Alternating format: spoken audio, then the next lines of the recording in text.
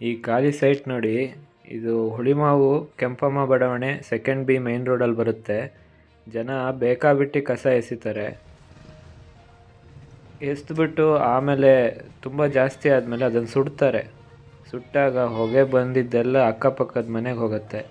ಇಲ್ಲಿ ವಯಸ್ಸಾದವರು, asthma patients ಎಲ್ಲರೂ ಇದ್ದಾರೆ. ಇದ್ರ ಬಗ್ಗೆ ಯಾರು ಕೂಡಲೇ ಅಧಿಕಾರಿಗಳು ಕ್ರಮ ಕೈಗೊಳ್ಳಬೇಕು. ಇಲ್ಲಿ ನೋಡಿ, ಅದೇ ರಸ್ತೆ ಶುರುನಲ್ಲಿ ಬರುತ್ತೆ. ಇಲ್ಲಿ ಜನರೆಲ್ಲ ಎಜುಕೇಟೆಡ್ ಥರ ಕಾಣ್ತಾರೆ, ದೊಡ್ಡ ದೊಡ್ಡ ಮನೆಗಳು ಕಟ್ಕೊಂಡಿರ್ತಾರೆ.